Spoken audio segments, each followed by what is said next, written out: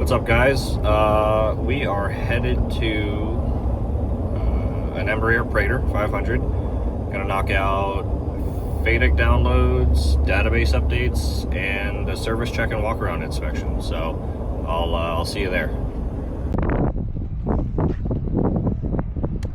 Okay, we're at the Embraer Praetor. It is windy as heck outside. So we're going to start on the inside. And we're going to start by doing the databases and the FADEC downloads. Just doing a cockpit check. So let's see here. Pop that off. We're using the chest mount instead of the hat clip because I haven't tried this out. So starting this up, getting APU power on this airplane, it's pretty easy. Battery 1, battery 2. Then we have to wait for a ding. That'll let us know that the crew alerting system is alive. Alright, so we've got dings. We're going to turn our right fuel pump. That's hydraulic. That's fuel to on. We're going to come to our APU, turn the master on. We'll do a fire test. APU shut off. Cargo, stowage, 1, 2, and APU fire, and master warnings, and a bell.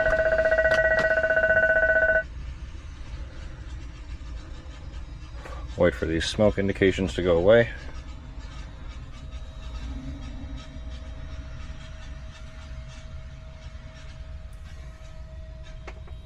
Okay, and then we do APU start. Our APU indication, I can't remember where it is on this, right here. It's coming alive.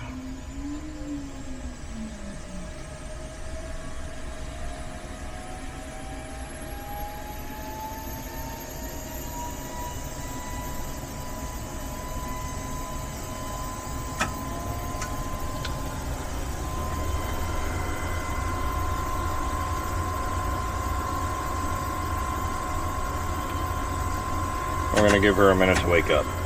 And while she does that, this is our information management system access. So basically for our databases, we'll plug a USB drive in there. And then in here is our maintenance panel. So we'll pop this panel off. It's 2 quick turn fasteners. And there's some switches and some ports there, and that's where we'll do our FADEC downloads at. So I'll go ahead and get that accessed. So this is where we'll connect our FADEC download cables. So on the Challenger, it's by the entry door. This one, it's here. We're going to go ahead and put the engine into maintenance mode. We also need to flip these loader switches for our databases. Oh, not that one, sorry. This one, engines mode. We've got all of our databases on our USB drive. What we have to do is we have to wait for this orange light on our data loader to stop blinking. When it turns green, it basically tells us we're ready. So in the meantime, I'm going to go ahead and start on the FADEC downloads. FADEC downloads are the same as on the other airplanes. Download, we want to verify our date and time. 1/13, 1/14, and November 4th, correct. And we will actually throw the FADEC files on our database USB stick for now. They're going to save, so we can then email them off. That is drive D. And where'd my mouse go? There it is. Next, just checking to see for communication. We got 2 greens, so we'll start the download. It'll do its thing. We'll put the files on the USB drive, and that's it for the FADEC download. We got the green light on our data loader, our USB sticks in. We finished with the FADEC downloads. We put those switch back, put that cap back on. Our data loader switches are still enabled. So there's a two-step process to loading the databases into a Collins Proline Fusion aircraft. So this avionics suite, the screens, all of this that you're seeing, all of this is part of the Collins Proline Fusion suite of avionics. And so to load databases, it's a two-step process. The first step is you have to get the databases into the information management system. So we'll go to info management, manage files. We're going to go from our USB drive, recognize our USB drive, and these are all of our databases. There's 7 of them that I'm loading today. So what we'll do is you go one at a time here, select it, it recognizes the file, and this transfers it off of the USB drive into the IMS, Information Management System. Sometimes they go fast, sometimes they go slow. It all depends on the size and type of the file. And we're going to do that to all 7 of them.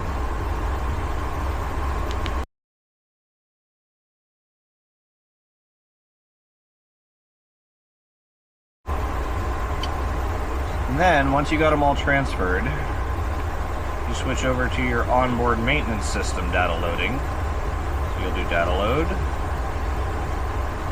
You click this button up here, it takes you to a different page, you go back and it refreshes the page. So it's updating the list of databases. And we should have 7 of them here. And these are all the files that are currently available to update that have not been updated yet. So there's 6 there, and if we go down 1, we find the last one. So 7, and they're all checked, and you just hit start load.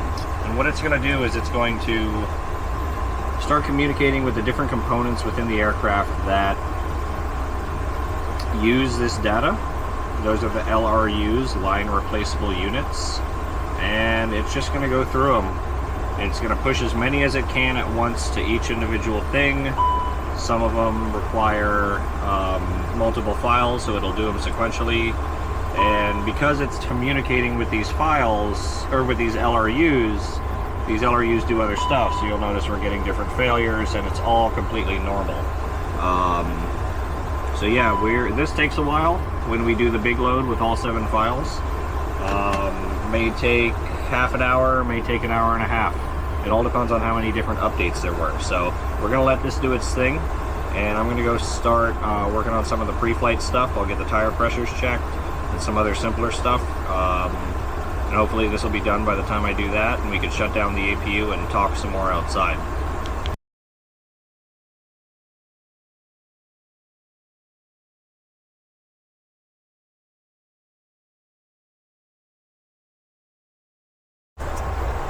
We got tire pressures done. In the meantime, we're down to the last couple databases, but this is what it looks like when they're done. It shows complete.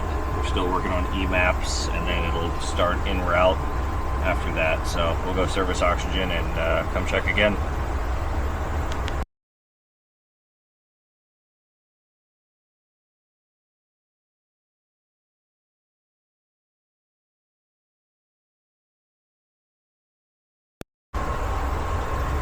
We are almost done, 96%. It's made its way to en route charts. So we'll go service engine oils, and that'll give it some time to calm down after everything loads back up, and we'll be back.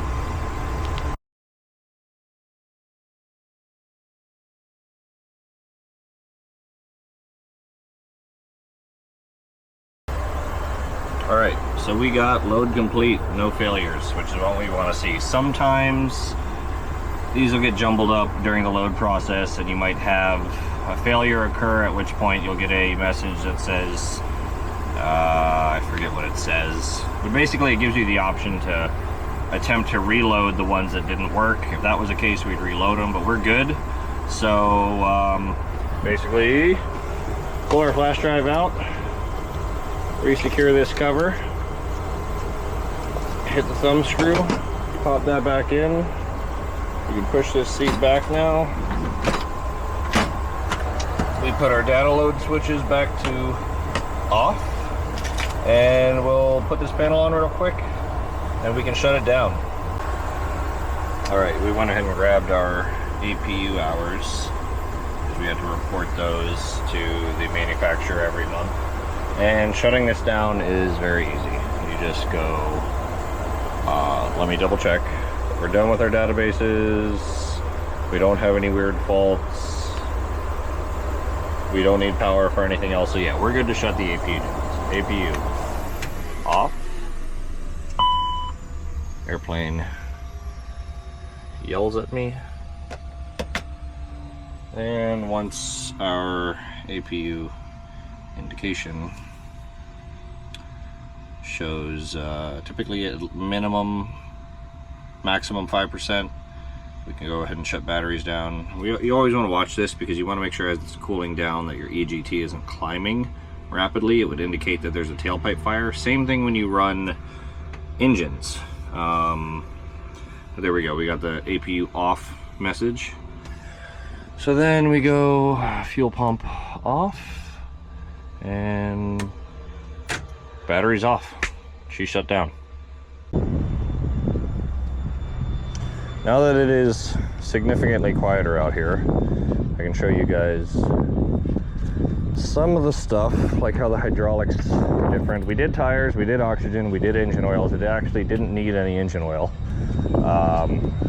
which is a good thing, but this plane also doesn't fly as much as some of the others. It is a low utilization aircraft. We're done inside, so I'm just going to close and lock the door. I'm going to do the same for the baggage compartment because we're done in the baggage compartment.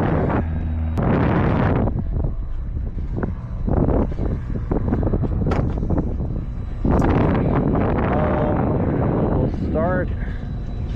We just shut the APU down, but let me get rid of these now that I don't need them anymore. We just shut the APU down, so the oil level is not going to be correct yet, but we'll take a look.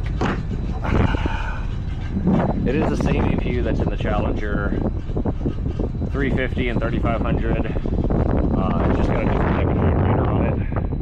But this one, we can, from the ground, look at the sight glass just as we did in the other one, and we want to see the oil level just at the top of the red circle. So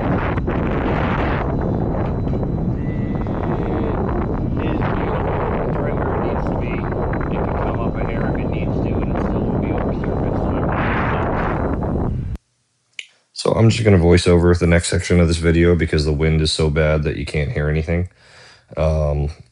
Basically, APU oil was good. And we're going to move on to our hydraulic system. So we're going to start on hydraulic system number 1. And that's our reservoir right there. And in this panel, we've got, you can see our manifold. And the wind is just whipping around the side of this airplane. But the hydraulic servicing on this aircraft is similar to the Challengers that we had seen previously, but it does not require the system to be pressurized. It actually wants the system to be completely depressurized to check against the graphs there. So this is a dump valve that allows you to dump all the pressure out of the accumulators. And if you look closely, you'll see the gauge, that purple gauge there dropping. That's our accumulator internal pressure. So I believe we dropped down to about 1,300 or so here. And you'll also notice that the gauge on the reservoir is raising or increasing in percentage as I dump pressure out. And that's just hydraulic fluid coming out of the accumulator back to the reservoir. So we take a look at what each of them are, check them against the graphs that are posted there on the door. That are adjusted for temperature compensation, and both of these were good, didn't require any adjustment. So up in here you can see there's our manifold, another ecology bottle similar to what we see in the Challengers, very similar design. The DPIs look different on this airplane. I'm about to point them out. These ones are always red. You could always see a red dot, so you look at them to see if they're popped out only. It's not like when they pop out you see red, you know it's bad. These you have to look a little bit closer.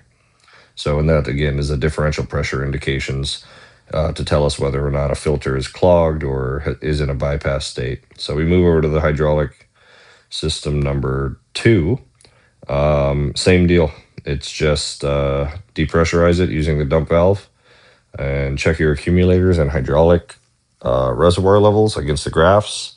And there's a couple DPIs in there. It's a smaller manifold, but same deal. And then system 3 is located down here inside the wheel well. And there's an access door you can drop down to get to it, but I didn't want to because of how windy it was. So you can just actually not climb, but get inside the wheel well. And it's the exact same thing. A dump valve, an accumulator, there's another ecology bottle, and your reservoir is sitting right above us. And drop the pressure, read the graphs, compare it to what's there based on the temperature that's outside, and that's pretty much it. Okay, so I think we've done all of our servicing. Engine oils, oxygen, tires, nitrogen, accumulators, APU oil, hydraulics. So we're just going to do a walk around, see if there's anything we don't like. This airplane's fairly new, it's only a couple years old, so she's in really good shape. They don't fly it a lot, just enough to keep it running. Not keep it running, but keep it from having problems because it's been sitting. And she's a really good bird. We haven't had many issues. But corrosion tape looks good. The edges look immaculate.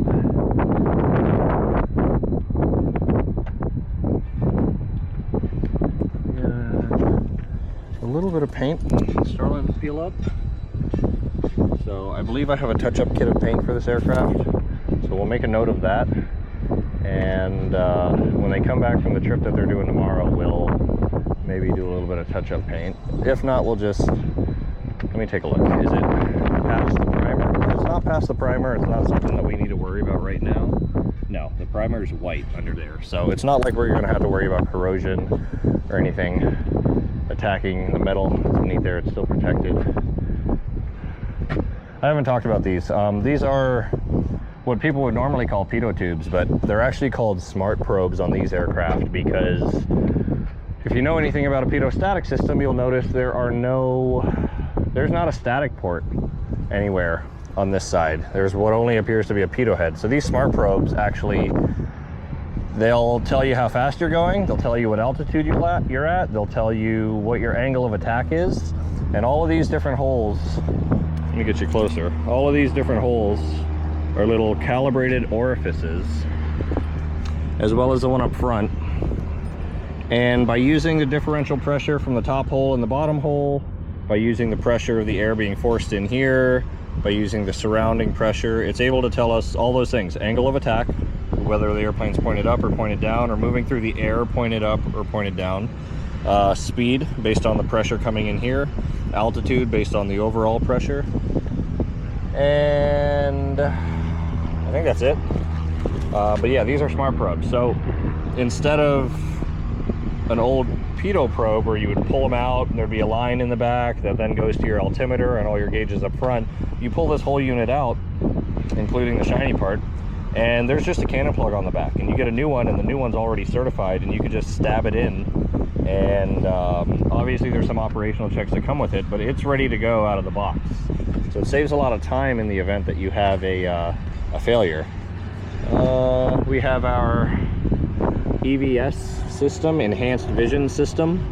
So it has an infrared camera in there that I didn't show you guys the HUD, but this aircraft has a HUD heads-up display on the pilot side that drops down, that essentially if they're flying through fog or anything, he's able to see through the fog and see at night, and it's just a safety feature. One of the databases we loaded today is our synthetic vision system. So in addition to the enhanced vision system, it can throw an overlay of what the known terrain is in an area, that's synthetic vision, on the HUD as well. So if they're flying through mountains at night or whatever, or coming into an airport with a lot of buildings around it, it'll show all of that based on that database. Got some fuzz. We already looked at this wing. She's clean, so I'm gonna get cleaned up here, and that is the Praetor. Easy peasy. Okay, we're done for the day. We got the Praetor taken care of, and that was pretty uneventful. She didn't need a lot. Hydraulics were solid, tires needed a little bit. That was the one that I just did wheel tire changes on the right-hand main landing gear. So the pressures were still good, they were holding, just topped them off. Didn't need engine oils, which was surprising. And yeah, that's it. So appreciate you watching, like and subscribe, and enjoy yourselves.